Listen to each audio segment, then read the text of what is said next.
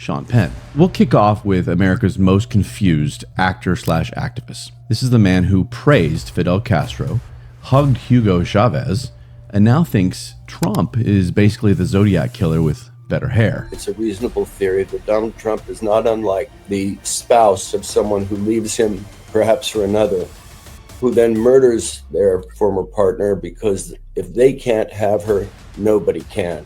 And I think Donald Trump in his solipsism may have that relationship with the world, and that this destruction is in part a power play and also a literal intention of his final act. Women in the United States of America with freedom of speech, movement, education, and law are worse off than women in Iran, where they get beaten for showing their hair, arrested for singing, and so on. This is the dumbest comparison since someone tried to say Meghan Markle had it worse than slaves.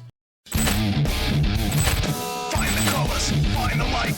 In the gray, we'll find our sight. Brutal banner, fierce words. Shadows scream, streets unheard. Welcome to Stay in the Gray podcast. I'm your host, Ryan, and I'm here to bring you raw conversations about life and those undeniable human truths.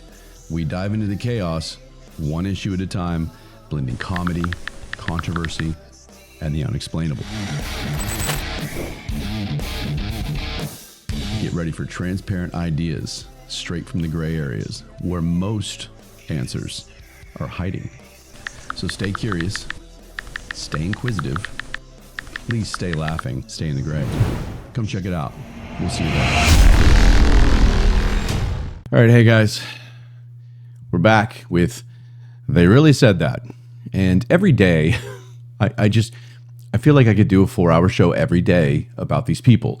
It is unreal to me, some of the things that comes out of their mouths. It is unbelievable, especially with the positions they hold, the platforms they have, the fact that anybody just listens to them without checking on it is beyond me. So they're back today. The media's loudest, Hollywood's dumbest, and Washington's most clueless, each one competing in an Olympic-level display of hypocrisy, delusion, and moral confusion. From reimagining Jesus to redefining global threats, it's like a bad sketch show, except these people are serious. Buckle up. What you're about to hear, they really said that. It is June the 23rd, 2025. This is Stay in the Great Podcast. Let's roll. Couldn't go too many more episodes without this man making an appearance. That would be the dictator fangirl with whiskey brain, Sean Penn. We'll kick off with America's most confused actor/activist. This is the man who praised Fidel Castro, hugged Hugo Chavez, and now thinks Trump is basically the Zodiac killer with better hair. Sean sat down with Jim Acosta, because of course he did, and he said this about Trump.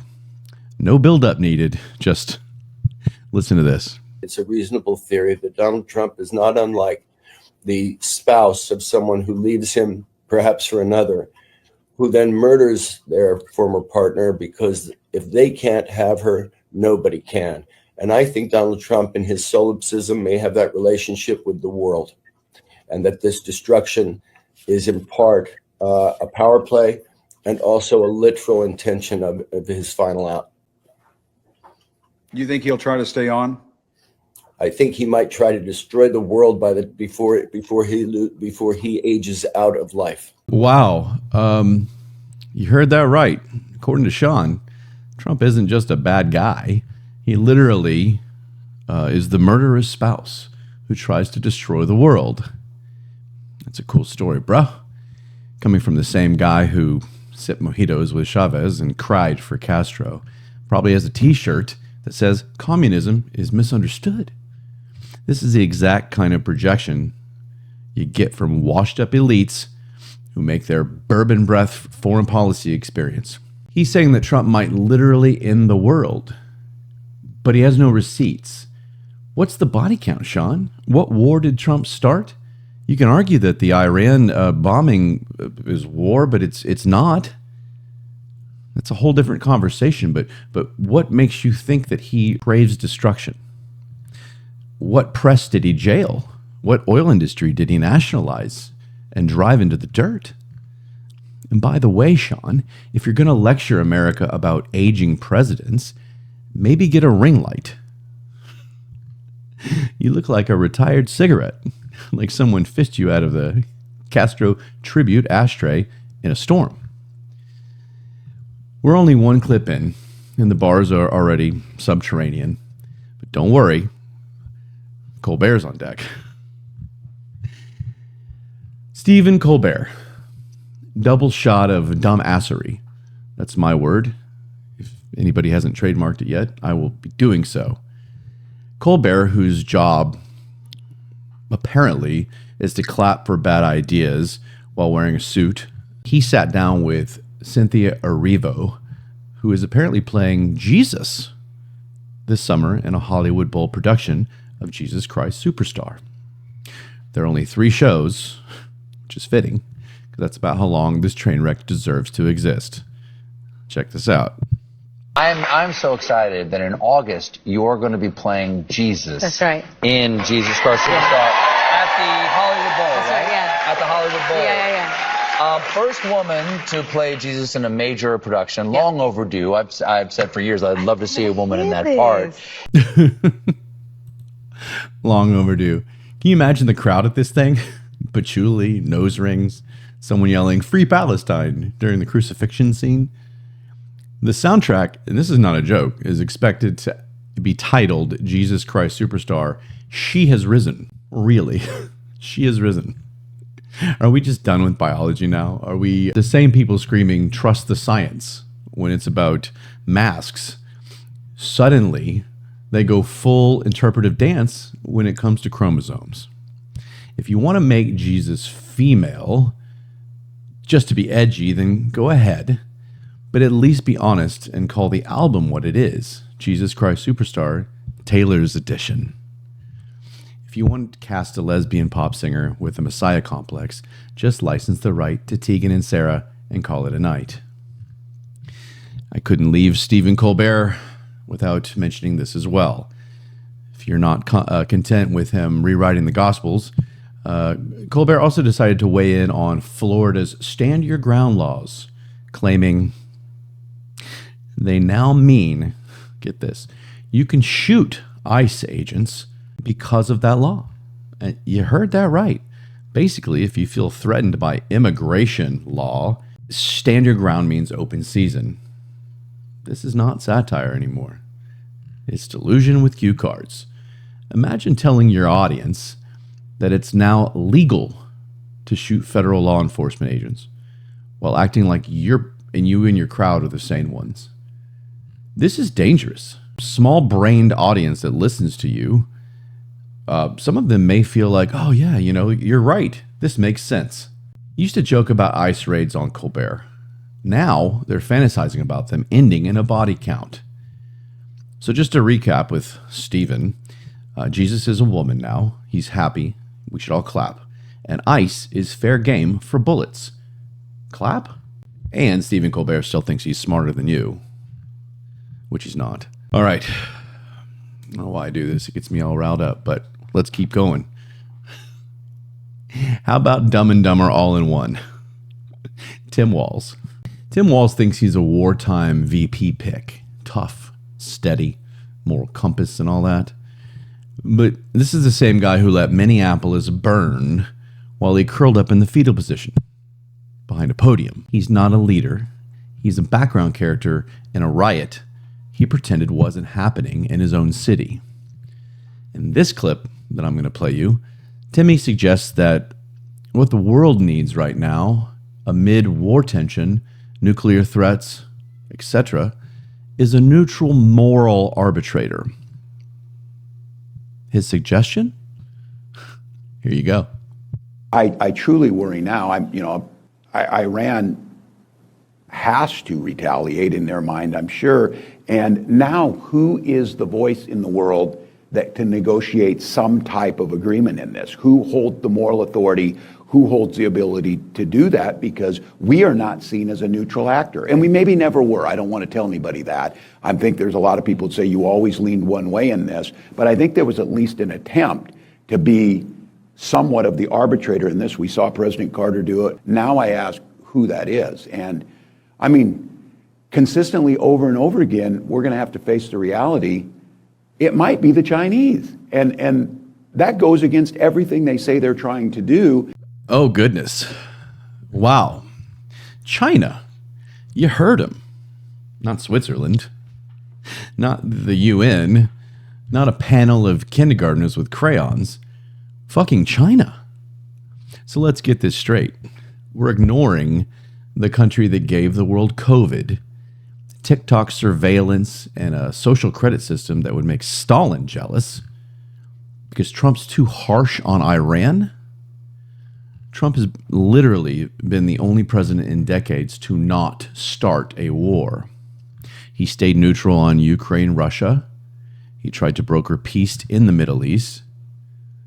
He called out Netanyahu and Hamas. But sure, let's ignore that because he doesn't want Iran to have nukes. Terrifying. For a country that calls us Satan's land and wants us wiped off the face of the earth, not wanting them to achieve nuclear weapons seems pretty responsible and rational. Trump has been saying the same sentence for 10 years straight. Iran can't get nukes. It's not warmongering. That's called not wanting to die in a mushroom cloud. Tim Walz is like the discount bin VP pick that you announce after Kamala falls down a flight of stairs. Next, this gentleman, I didn't know his name. I'm okay with that.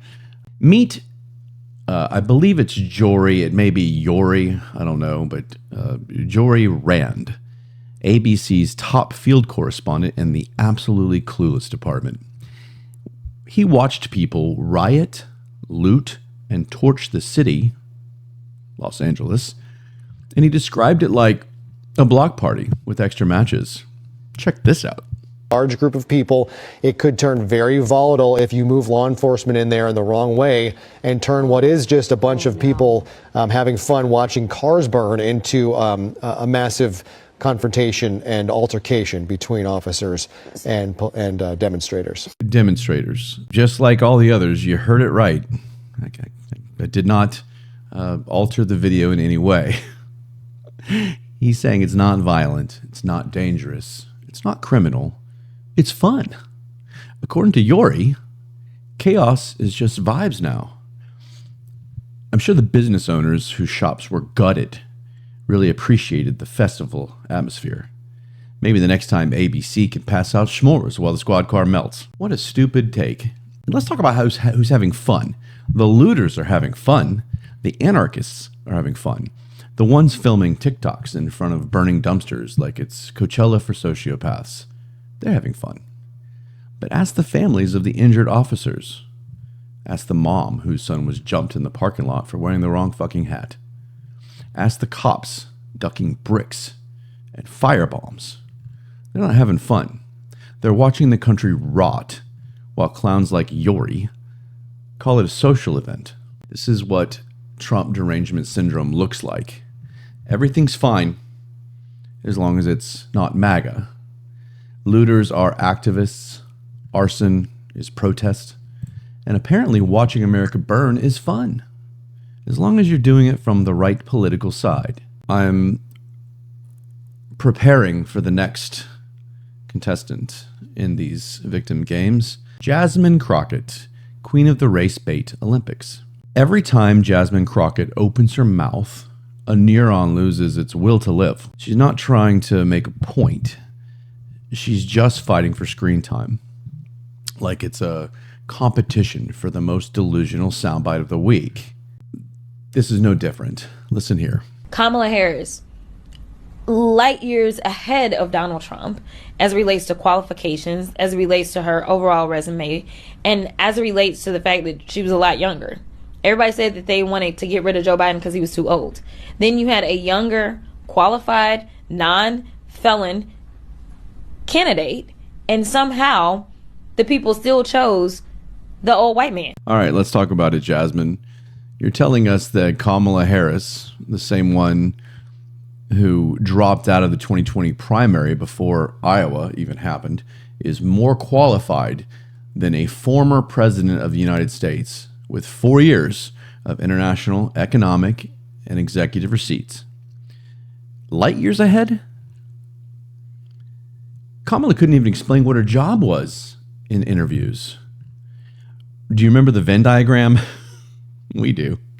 You remember the fake French accent while in France? We also do. She's light years ahead of nothing, except maybe her own approval rating.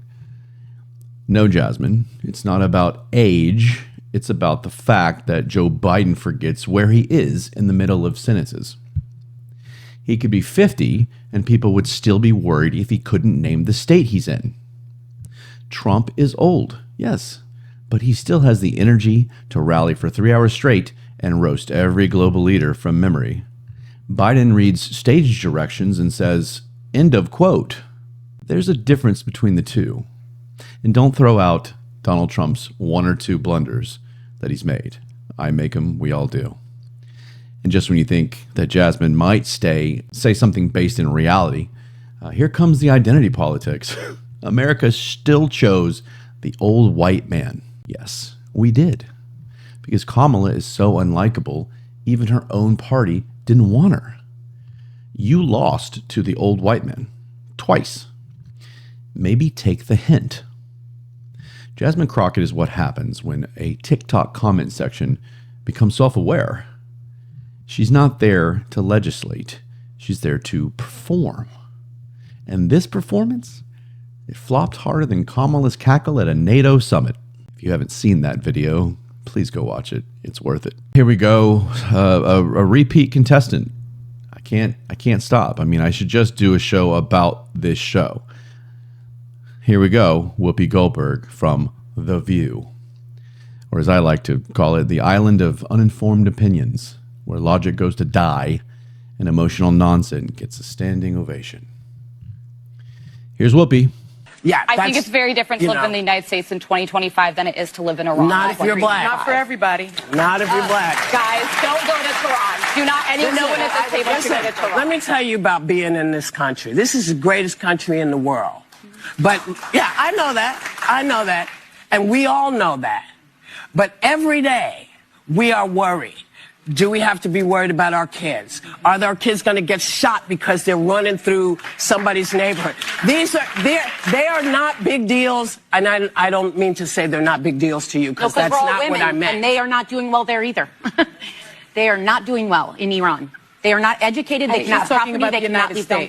I'm talking about here. Nobody wants to diminish the very real problems we have in this country. That is no one's intent. Good. But I think it's important we remember there are places much darker than this country and people who deserve rights. Not everybody feels that way. Not everybody feels that way. Listen, I'm sorry. You know, when you think about the fact that we got the vote in 1965. Okay, they don't have free and fair elections in Iran. It's not even the same universe. They can't go out of their house. The women. You know what? There's no way I can make you understand. Let me try something. It's like. Here comes Joy.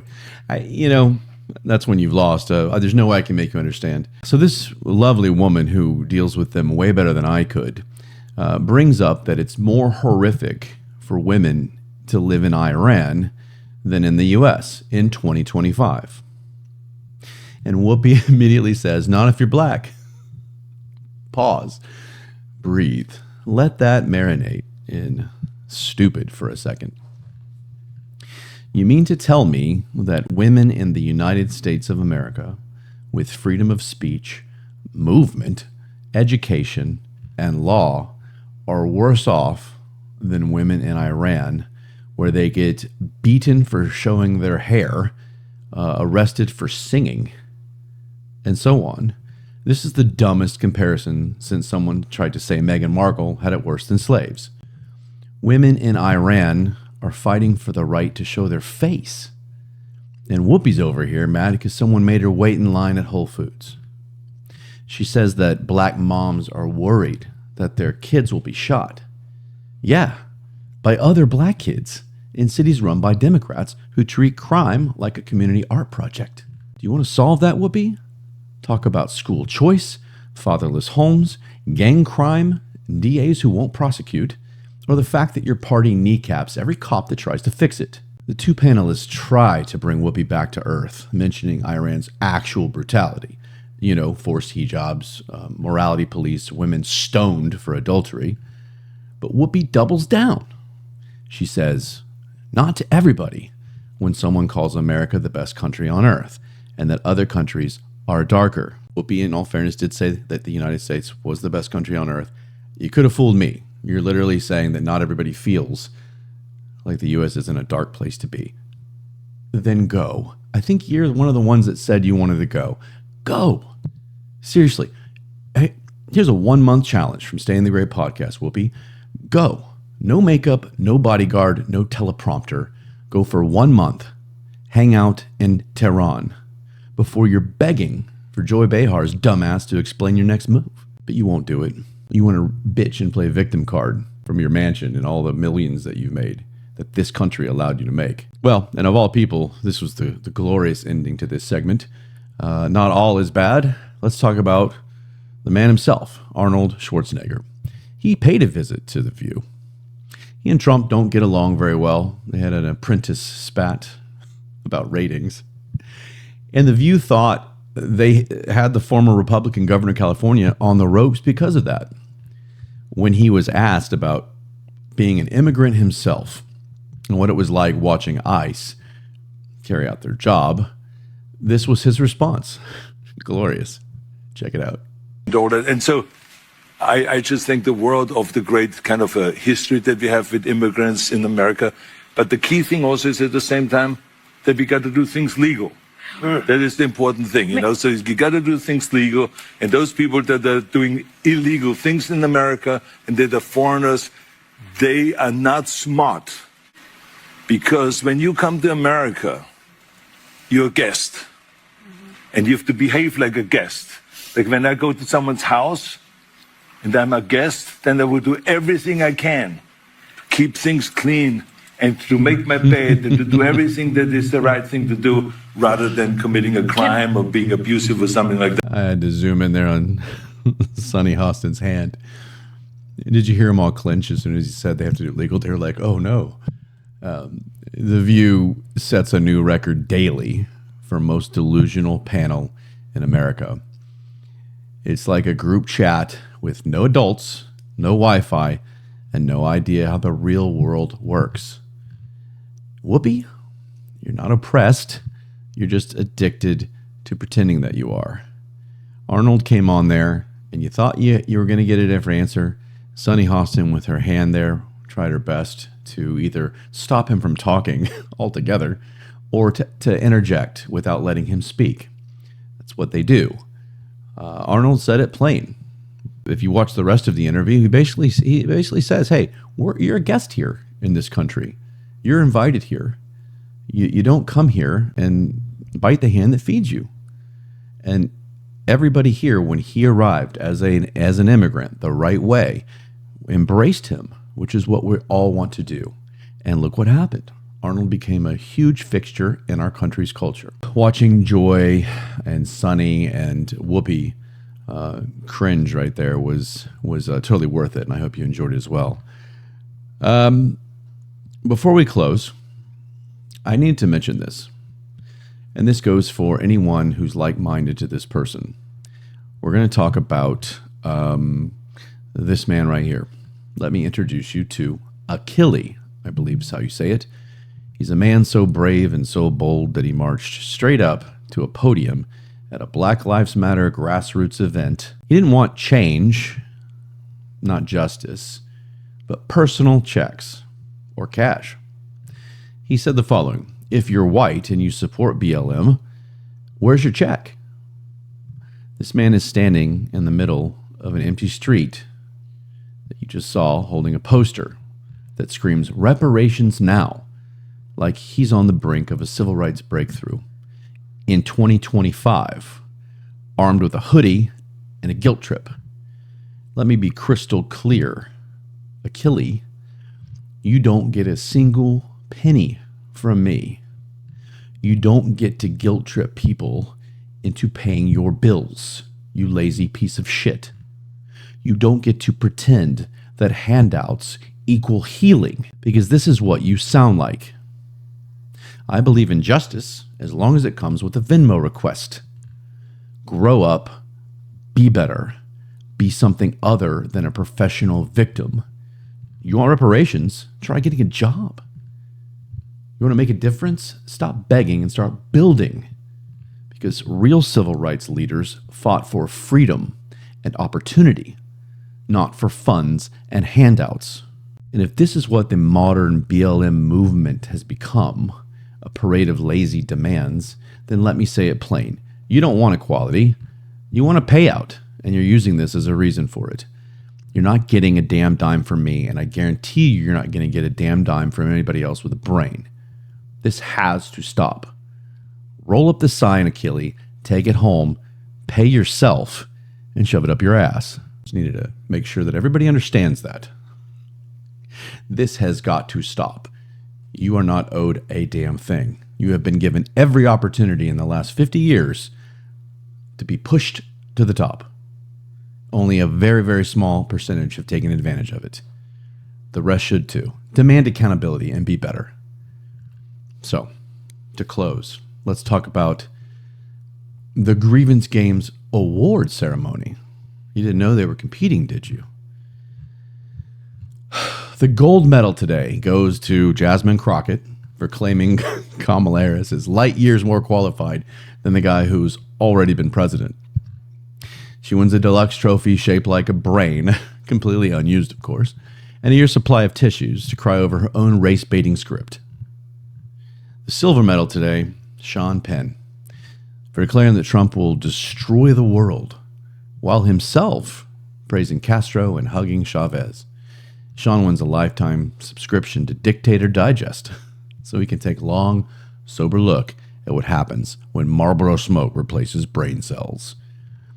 The bronze medal today, I had to put it on the podium, Whoopi Goldberg, for comparing the struggles of black women in America to Iranian women being jailed, beaten, raped, buried under Sharia law. She walks away with a one-way ticket to Tehran and a burqa stitched from every stupid thing she's ever said on The View. Don't worry, we have participation trophies and honorable mentions. The first one goes to Tim Walz, because no man has worked harder to look tough while wetting himself on TV. He gets an honorary degree in cowardice and a free pair of training wheels for whatever moral high horse he keeps falling off of.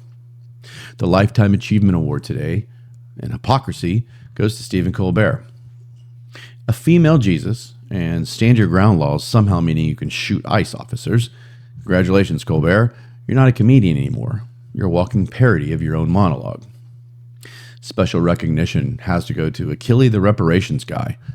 That's all you're known as to me, and all you ever will be known as. For standing there in dollar store sweats, demanding free money from people who owe you absolutely nothing. You get a GoFundMe page and a job application stapled to it. These people aren't stupid by accident, I don't believe. They're performing stupidity like it's Shakespeare.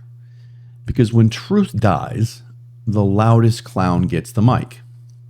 This is what happens when outrage becomes currency, victimhood becomes fashion, and facts, or whatever helps your side win on social media. They don't care about justice. They don't care about peace. They care about airtime, applause, and acting oppressed all the way to the bank.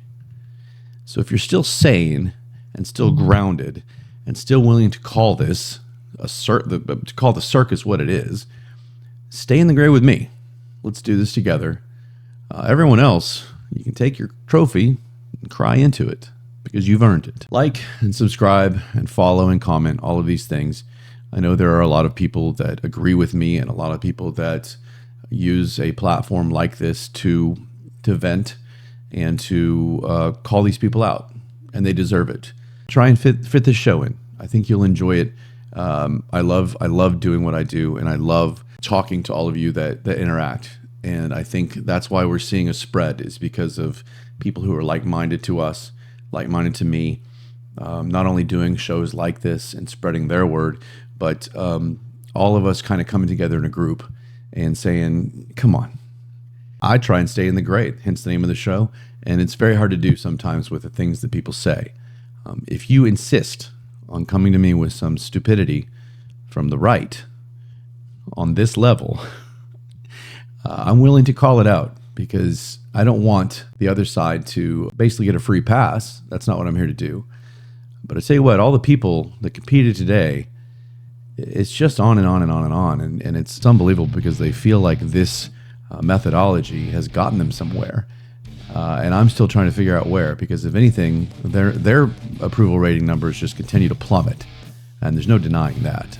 So, like I said, give me a like and follow. Hit up YouTube, subscribe. Good stuff. Let's spread the word. I'll see you guys next time. Love you. Shadows creep, streets look hurt.